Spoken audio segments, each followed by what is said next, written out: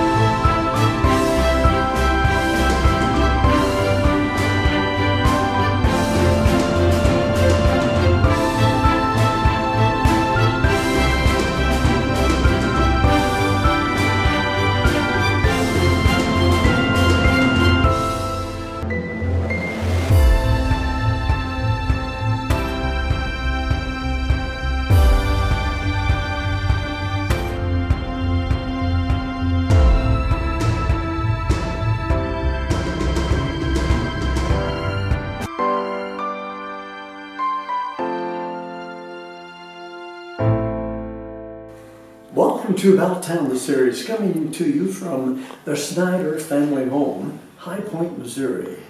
I would ask you to please join me in welcoming Mrs. Marlene Snyder of High Point, Missouri. Welcome. Nice to have you with us today, Marlene. Thank you, Rick. It's nice to be here. Yes. Well, to start things off, if I may call you Marlene by your first name. Absolutely. Okay, we come together today to feature a look into the High Point, Missouri area, past and present. We'll be joined later in the second segment with Mrs. Beverly Meyer, a lifetime resident of High Point, Missouri. Marlene, please introduce yourself to the viewers and tell us a little bit about the community of High Point, Missouri. Well, my name is Marlene Snyder. I am not a native of this area. I am originally from Nebraska, but I married a native, Fred Snyder. So my home has been High Point since 1962, following our marriage. It's a place I've learned to love, and Fred, his family has lived here forever, since 1862. Goes back a long, long way. High Point is a lively little community located between Eldon and California, Missouri, and between Jefferson City and Versailles, Missouri. So we're kind of in the heart of everything. I see. Now you spoke of Fred. Is that the other part of your life? He is. Fred Snyder, Snyder. yes. He passed away in August of 2018. I see. So this is his family home, built by his grandfather in 1906. And after his mother's passing, and after Fred's passing, it felt kind of in a state of disrepair. But I had it in my heart to renovate this home, and it's been a 2-year process, but we're finally there. It's beautiful, and we'll give you somewhat of a tour of the home later on in the show. Well, I'd like to really go back a ways and talk about where, when, and why this community of High Point, Missouri was established. I guess it goes kind of back to the Osage Indian settlement, which had a trading post here, bringing in different settlers. So tell us about that history, if you would. The earliest information that I have seen as far as the history of High Point indicated that the first white settlers came here in about the 1830s. And that is kind of verified by some of the abstracts that I've seen. And there was an Osage Indian trading post here, and as the white people came in, they gradually moved further south. We kind of call 1845 as our founding date for High Point, and we would have celebrated our 175th anniversary in 2020, but because of COVID, we weren't able to have any celebrations. But the first store, the first school, the first post office were started in 1845. So being an unincorporated community, we just kind of go by the history books. I see. Well, you spoke of an abstract in 1830, you're right. And then I understand that in 1835, the High Point Baptist Church was established. Well, and there's a High Point Baptist Cemetery just about a mile north of here. The James family donated the land for that, I and see. the first church was actually built on their property, and then later built down where the current church is, and it's grown through the years. Very active, lively congregation. Yes. Now it's the second oldest town in on record, I guess, in Moniteau County, correct?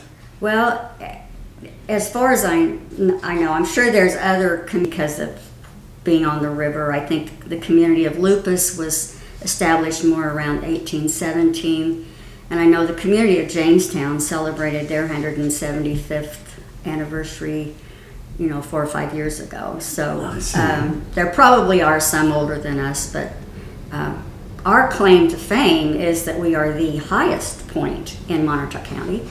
And there's proof of that. There's a geological survey plaque on the front of the former Tising Snore, which is located down in High Point. And we're going to share these events, you might say, with some photos as we talk about them.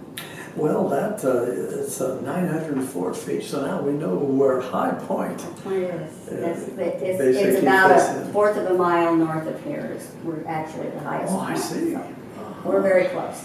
Well, 1843 rings a bell with H.W. Kelly, built the first mercantile, I understand, in High Point, later be opened by his son, John F. Kelly, which included the first post office in High Point. And those are all about the 1843-45 era, so Yes. that's where we go with our counting our founding date. Oh, I see. That's 1845 was a big year for High Point. It was. It really was. Looking at the history and sharing it with you, our discussions with you and also Beverly. Well, there's a neighboring town called Latham, and there's gentlemen that come in to the history books named Judge F.A. Latham, was appointed the first postmaster, I guess, 1852, and held that position to 857. I understand. Yeah, the name Latham that I have seen has mostly been a Dr. Latham who started here. At one time, there were several doctors here. I see. Dr. Dunlap was prominent in developing some of the businesses. He actually had his office was in part of the buildings downtown. I see. He also, and you may ask this later, but platted the community and laid out the streets in High Point. The one that is Highway C now that runs through High Point was called State Street. And he actually platted one that was more to the south, and it was called Second Street, which was never developed. All right. But there is property that kind of has housing lots laid out All right, that I he had put together years ago, and Yes. consider ourselves a community, I guess. There's never been a mayor or a city council or anything like that. The closest we have to that right now or a chamber of commerce, is our High Point Community Renewal Association, which was established in 1993. So. I see. Well, how did High Point grow based on the historical events? I know 1857 to 1880, there was a lot of businesses, basically even a Simpson coal mine. Yes, that was west of High Point.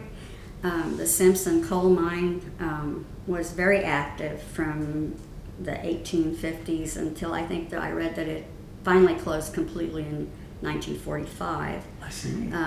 There was also a lead mine located just south of High Point, about a mile, that took lots of ore out of it.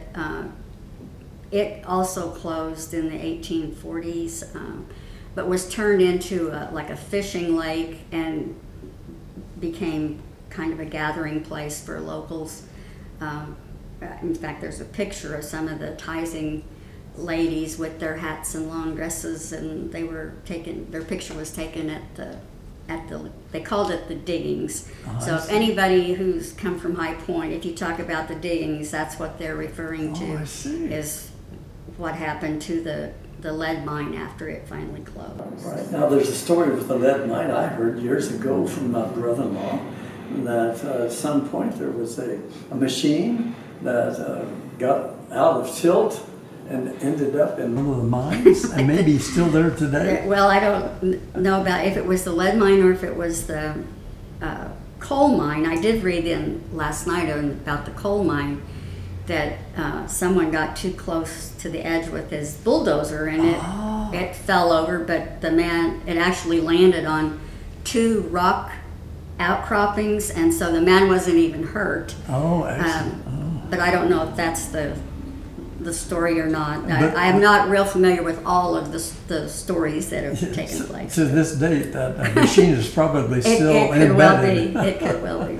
Well, story also goes that the coal mine was rearing the purest coal of many comparable mines throughout the United States. I think that's true. I mean, and the lead, I think, was the same thing. It was very valuable kind of commodity. Well, I understand that the Simpson coal mine was established, but then D.C. Sterling Farms and Mines. Okay, that's came where the about. lead mine is. That's where the lead mine was at.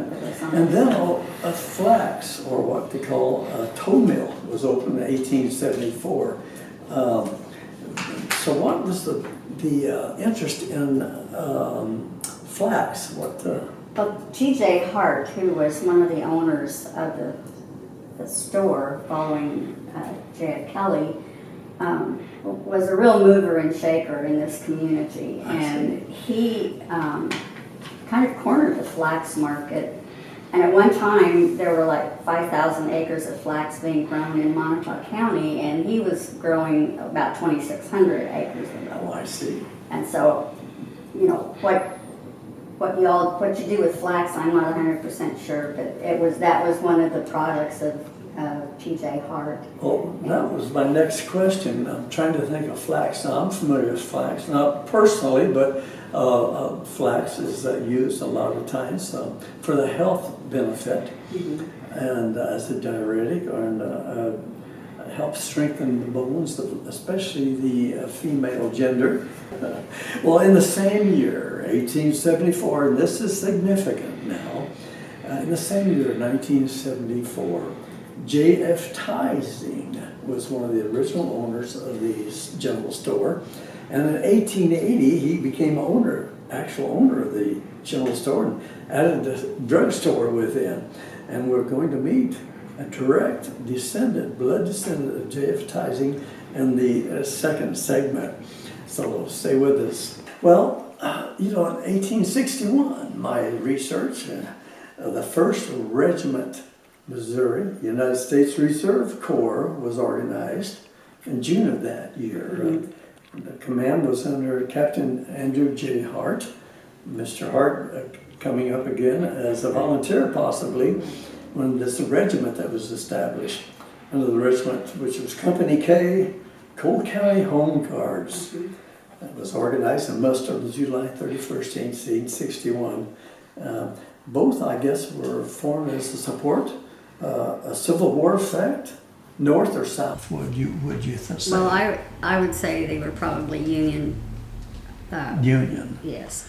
I don't know that for sure, but I would say that. And he later on, in some of the reading I had done, after the Civil War was over, maintained his position with the Missouri Guard. And I don't know, somehow it was a controversy over the railroad that was running from Eldon through Russellville. But the Guard at that time had something to do with the railroad where it was locating. Right. And because of the confrontation over that, I think maybe Harrison Township had been split and Burris Fort Township was formed, which is where Enon is located, is in Burris Fort Township. Oh, I see. Okay. Well, as an extension to that military, should we say, mindset, in 2013, there was a major event happening in High Point. Can you share that with us? That would be that Veterans Memorial. Okay, yes. Established. The Renewal Association decided that we would like to honor the veterans who have had any connection to this community. So we just sent out messages to people that, if you want your family member, their name on this memorial, let us know, and their branch of service. And, we had no idea how many names we would have.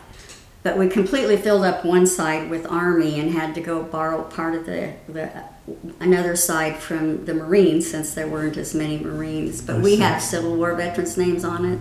How many would you say? Today, I couldn't even venture a guess, but there's well over 1,000, I'm sure. Oh my, that's great. And one of the most incredible things about that was that donations provided for the building, work time, concrete, sand, dirt, whatever, it was all contributed. We ended up not owing a penny on that at the end. Well, it's a beautiful monument. It's right in front of the school on Highway C, or what we would call High Point Main Street.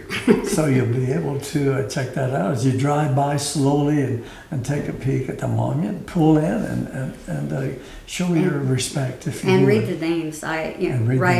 For a long time after we first dedicated it, you could look down there and there were always cars around with people looking for names on that. Right. So, and I would say if anyone is watching this and would like to have a veteran's name added to that, just please let us know. Please, okay. Well, Marlene, we must take a break, so please hang with me if you would, a few more minutes. After the break, we will be joined by Mrs. Beverly Meyer, born, raised, and still a pillar of the community, High Point, Missouri. There's much more here on Bout Town the Series. Stay with us.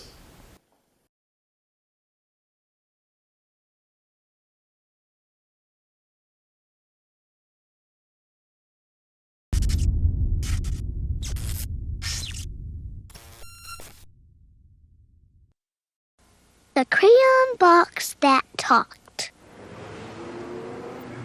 While walking in a toy store the day before today, I overheard a crayon box with many things to say. I don't like red, said Yellow, and Green said, nor do I. And no one here likes orange, but no one knows just why. We are a box of crayons that doesn't get along, Said Blue to all the others. Something here is wrong. Well, I bought that box of crayons and took it home with me and laid out all the colors so the crayons could all see. They watched me as I colored, with red and blue and green and black and white and orange and every color in between. They watched as green became the grass and blue became the sky. The yellow sun was shining bright on white clouds drifting by. Colors changing as they touched, becoming something new. They watched me as I colored. They watched till I was through. And when I'd finally finished, I began to walk away. And as I did, the crayon box had something more to say. I do like red, said Yellow, and Green said, so do I. and Blue, you were terrific so high up in the sky. We are a box of crayons, each one of us unique. But when we get together, The picture is complete. Welcome back to Bout Town, the series. I continue with my special guests today, Marlene Snyder and Beverly Myers of High Point, Missouri. Well, Marlene, we continue. Before the break, we shared a lot of information, so let's continue along those lines of thought and expression. May I ask you, please, to introduce Mrs. Beverly Meyer? Yes, this is my friend Beverly Meyer. Her grandfather and her father, her great-grandfather, all were participants in the store, owned a tithing store in High Point. And she also spent a lot of her years working in the store. So this is Beverly Meyer. Well, nice Beverly to Tithing Meyer. Okay. Nice to meet you, Beverly. And it's great to have you on the show as one of the originals, shall we say, from High Point, Missouri. So I'm going to start asking you a couple of questions. Beverly, if I may call you by your first name, I always try to get that permission. Okay, super. Teachers, you have to really honor their presence, you might say. Well, tell us a little bit about Beverly Meyer, if you would. My great-great-grandfather and his family came over from Hanover, Germany to Ohio. My great-grandfather, then after he got 13 years old, he came to Missouri. And they landed between High Point and California, Missouri. And then J.F., who was my great-grandfather and who also was Marlene's husband's, Fred's grandfather, and then his great-grandfather had a daughter who married a Snyder, and my great-grandfather had a son, and that was my grandfather. And then they started the store, and it just went down through the ages and finally ended up with me, and I'm the fourth generation. I was born in High Point, in my dad's house that he was born in. I guess I'll tell you this year, 1939. 1939. So, now your dad's name, your your grandfather's name and your dad's name, what were those names? So we can connect, Because we talked a lot about history in the Yeah, first Tising. Tising was the family name. Tising, J.F. Tising was my great grandfather, and then he had 10 children. wow. 2 of them passed away when they were young babies, and then they had my grandfather, and then my grandfather had my dad, and my dad had me. My dad and I were both born in a house, in the house that I live on that ground, but I don't live in the same house. Oh, The I house see. is, But your grandfather. It's been demolished. and I my guess. grandfather lived there, Right, and then he moved down to the downtown, downtown. And which his- is about 2 or 3 And blocks. well, we whenever I have was some born. great shots of you, pictures of you as a young lady, a young girl, in different points of your life, and we're going to share those with everyone as we speak. But now, let's think all the way back to the beginning. Your association of High Point, Missouri, in those special times. What is one of the first fondest memories that you can identify Well, and I share would with say, them? Look in the camera and tell those people. I started school right across the street from where I live now, and it was a one-room country school. And in 1952, they built the school that is now the present school now, and it is a K through 8. I see. And when you graduate from 8th grade, you may go to Eldon High School, Russellville High School, or California High School. Okay. Of Now- course, my aunts, my dad's 3 sisters were all teachers, and I have a sister, and she and I both went to California to high school. We were in, the main thing though, in my class, we were the first class to graduate from this new school. Going back, I want to take you back again, if I may, to when you was a child. What's your first great memory of High Point that you can remember?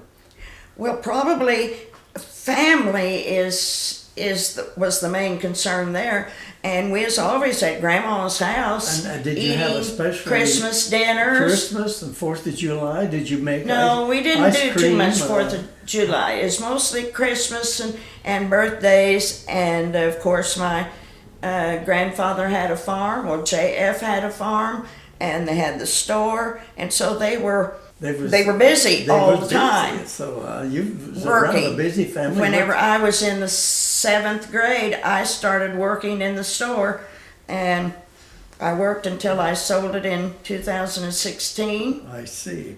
Well, now let's go ahead. Now we'll jump after graduation. Your schooling after graduation from high school. You attended some interesting schools to further your education and to become a teacher. Now, where did you attend college? We went to college at Warrensburg, University of Central Missouri now. Yes. And both my sister and I graduated with music as our degree So you became employed as a teacher. at Green Ridge, Missouri, where it's close to Sedalia. And then I married my grade school sweetheart And his and name? came back to High Point. And then what was his name? Excuse me, John. John And Myers? John Meyer, and we lived on a farm close to Eldon, and then he passed away in 2009, and I had bought my mom and dad's house because I was still working with the store, and I taught at Russellville, going there and finished 40 years of teaching music, and I've gotten Right. And a you, proclamation and a resolution from the Governor Carnahan. Well, Beverly, your teaching career, I understand you're still teaching, and I know you enjoy that in our conversations. But I wanted to point out that you received an award also, and that was, I guess, the Pioneer of Education. Can you tell us what that award meant to you. And describe the award. I know only certain ones receive that award. Well, both my sister and I had already retired, but we went back and started subbing for the kids at school, and then we got another job, a part-time job teaching, and in 2006 I got a letter in the mail saying that I was going to receive this prestigious award. Yes. That included 6 people every year in the state of Missouri, and both my sister and I And what's were her nominated. name? What's your sister's name? My sister's name is Sandra, and she taught at Mocaine, South Callaway, I see. and I was in Russellville, and like I said, only 6 out of the state of Missouri gets nominated. I do not know who nominated us, but undoubtedly they knew both of us. Yes. Also, in about 4 years before that, I had my grade school teacher also got Pioneer of Education. And to be that many in this little town of High Point, Yes. that makes us very proud. Yes. State Superintendent's Convention had a dinner, and this was at Tantera down at the lake. We got a DVD, we got a big plaque, and a Olympic coin. Great. Well, congratulations to you and your sister and those members of High Point, Missouri. That's quite an honor from this small community. So congratulations.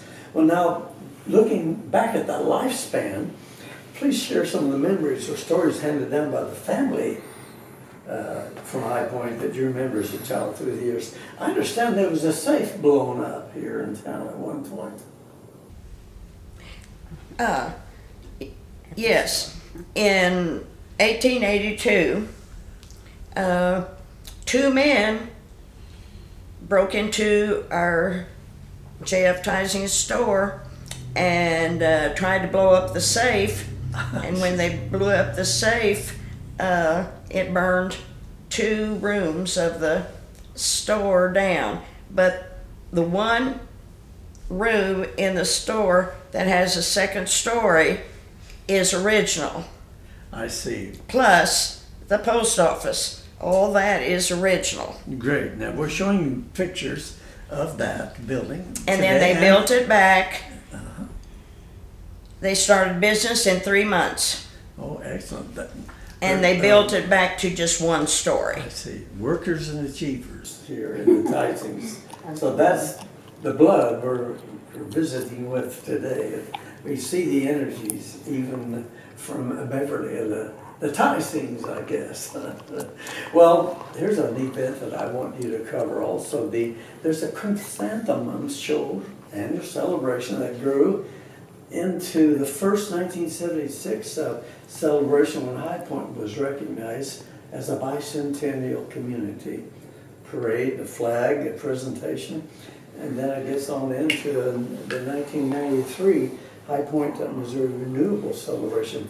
Marlene, can you share with us a little bit of this that I just covered and how that came about and what's the feeling now from the High Point community where that started out as a chrysanthemum show? Right, and that ran from 1890 until 1941, the Chrysanthemum Show. Oh, I see. And it was put on by the Ladies' Aid Society of the Presbyterian Church. And as well as showing off your chrysanthemums in November, they also had an oyster soup supper and homemade ice cream. Oh. And in 1976, when everybody was celebrating the bicentennial, Larry Fletcher, who was our superintendent of schools down here at that time, we got together a committee and decided that we would try to become a bicentennial community. So we filled out all the paperwork and were presented with our bicentennial flag, and officially recognized as a bicentennial community. And not many communities our size achieved that. Yes. And we did have a parade, which we have carried on over to the High Point Homecoming, is what we call our celebration now, which is always on the Saturday before Labor Day. Oh, I see. And we proudly say that our parade is longer than our town, which we really do have good participation in our parade. And we did in 1976 also. That was the day that we had basket dinner on the ground and all kinds of old-fashioned games. It was really a heartwarming kind of celebration. Sounds exciting. And one of the things we did then is what we have also continued is we always close out our festival with a community worship service on Sunday. Oh, excellent. So it's involved a lot of people. Their willing hearts and hands make things like this possible in a community our size. Now, I only live about 4.5 miles from Main Street here in the community of High Point. So I have enjoyed attending the celebration annually on occasion, walking through, and so really I have enjoyed attending the celebration annually on occasion, walking through, and it's really a homey, should we say, feeling of community.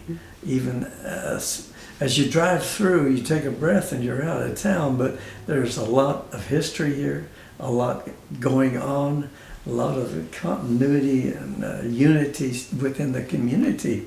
So when you drive through, think about the people and the unity that is even extended here. You stop into one of the shops locally and just say hi and get the feeling of High Point, Missouri. Well, taking a look, as I just mentioned, Marlene, at the modern day High Point, Missouri, please share with the viewers some of those main attractions that they would find as they drive through or stop in and visit currently in one of the High Point current businesses. I understand there is a historical landmark on Main Street also. I think you're probably referring to the store, which the downtown area, which included Tising store, the post office, and the building that I own, which houses my Marlene's Country Travel and the Beauty Point, were named to the National Historic Register. So we have a plaque located on the front of the building,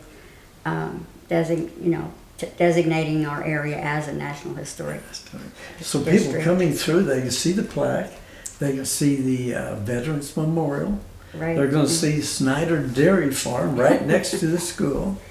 You're going to get a whiff of the aroma, of the natural aroma that's from the cattle fields.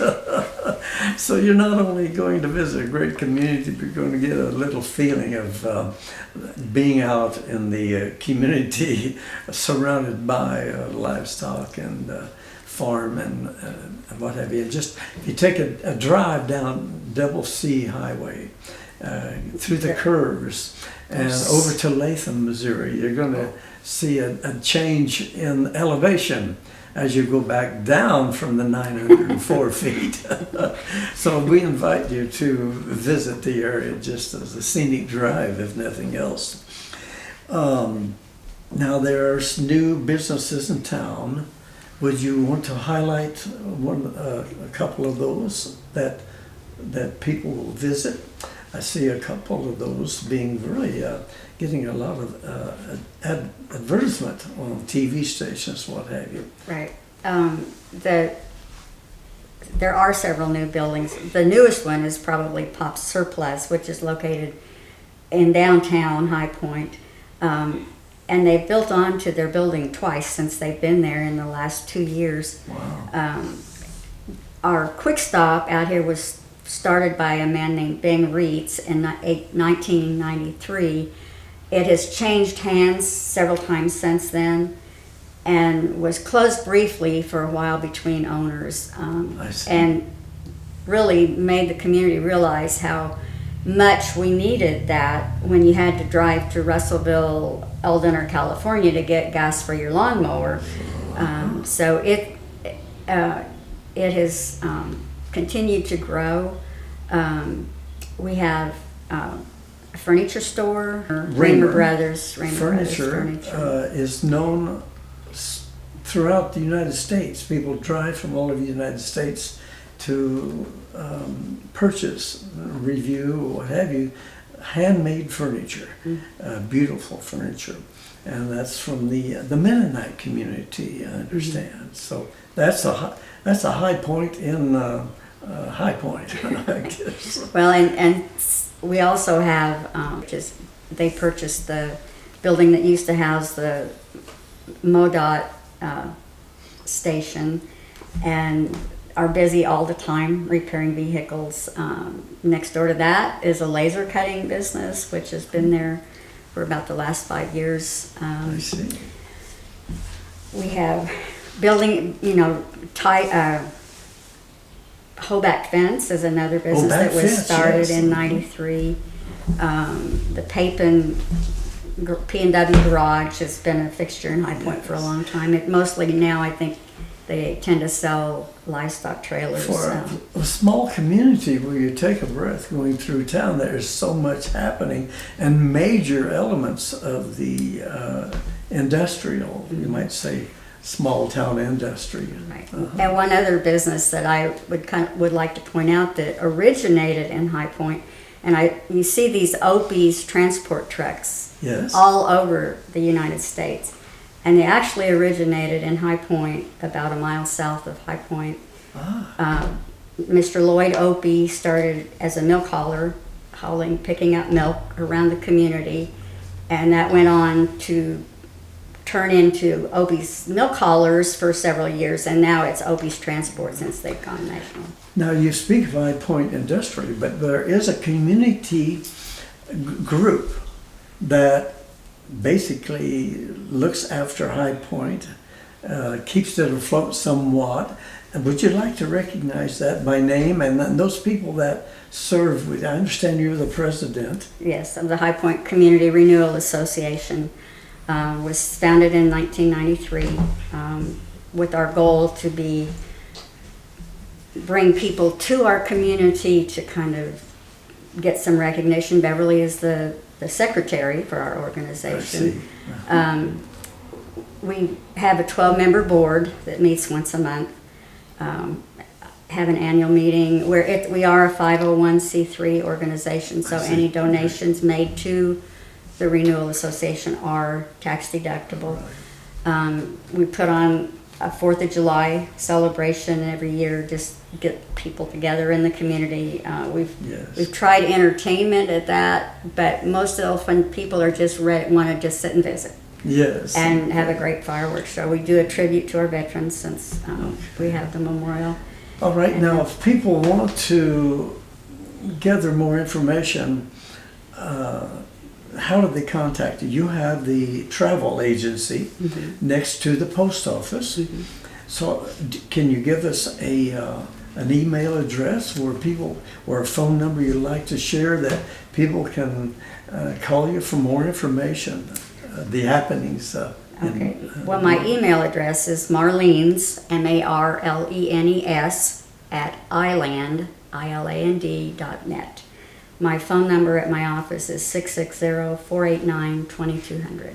Great. And if I'm not there to pick up the phone, the answering machine does, and I always return calls. So. Excellent. Well, thank you. Well, Marlene and Beverly, that's about to run out of time. So please give your closing words, if you would. Beverly, pass on to the viewers, look into the camera, and tell your closing words. To keep in touch with the news, you're a column writer for 2 different newspapers. Would you like to close with how people can stay tuned, should we say, to what's happening through your writings? Well, after the main one passed away, I didn't want it to end. And so I write for the California Democrat and the Ellen Advertiser. And since the pandemic has been coming along, we don't have very many people visiting as much as we used to. So he was from California, Missouri, and he's been superintendent of High Point. And he wrote a book about Moniteau County education from the beginning to now. And so I've been writing some history of High Point, and I've been writing history of the Moniteau County schools. And I've even had some people tell me they wish I'd keep it up because they didn't know a lot of that stuff. Yes. And it's down on paper. So you're using a foundation of actual information, should we say, based on Mr. Larry Fletcher's. yes, he wrote a book Wrote the book, about yes. Moniteau County schools beginning. Okay. And And- Marlene, how would you like to close with the viewers? If you look in the camera, and what you'd like to leave fresh in the minds of our viewers here on Bout Town the Series. Well, we are quite proud of our community. And one of the things I'd like to share about the Renewal Association, we started giving scholarships to our students who have attended High Point and graduated from high school or are attending college. In total, we've probably given over $30,000 in scholarship awards to High Point students. Excellent. But I think what makes High Point great is that the people care about this community and are willing to kind of put their hand to the shovel, so to speak, Excellent. and do what it takes to make things happen and make it happen well. And it shows very well. Well, yes. and it also keeps you near. You can go to California, Eldon, Versailles, Tipton, Jefferson City. We're kind of the hub of this Yes. center. Right. Right. The junction of C Highway and 87. Yes. Well, Mrs. Snyder, Mrs. Meyer, I want to thank you once again for contributing to Bout Town the Series. A look at High Point, Missouri. It's been really inspiring to visit with you both, offering informational experience and an educational experience. So I want to thank you both for being a part of Bout Town the Series. Thank you. Thank you. Okay. Well, that wraps up another look of an inspiring spot on the Missouri map here on Bout Town the Series. Thank you, the viewers, for joining me here today from High Point, Missouri. Bout Town the Series now comes to you via YouTube channel Rick J. So I want to also thank cameraman Jeremy Woodall and camera person Yves Andre Exelis for assisting today. So Rick J saying, see you next time on Bout Town the Series.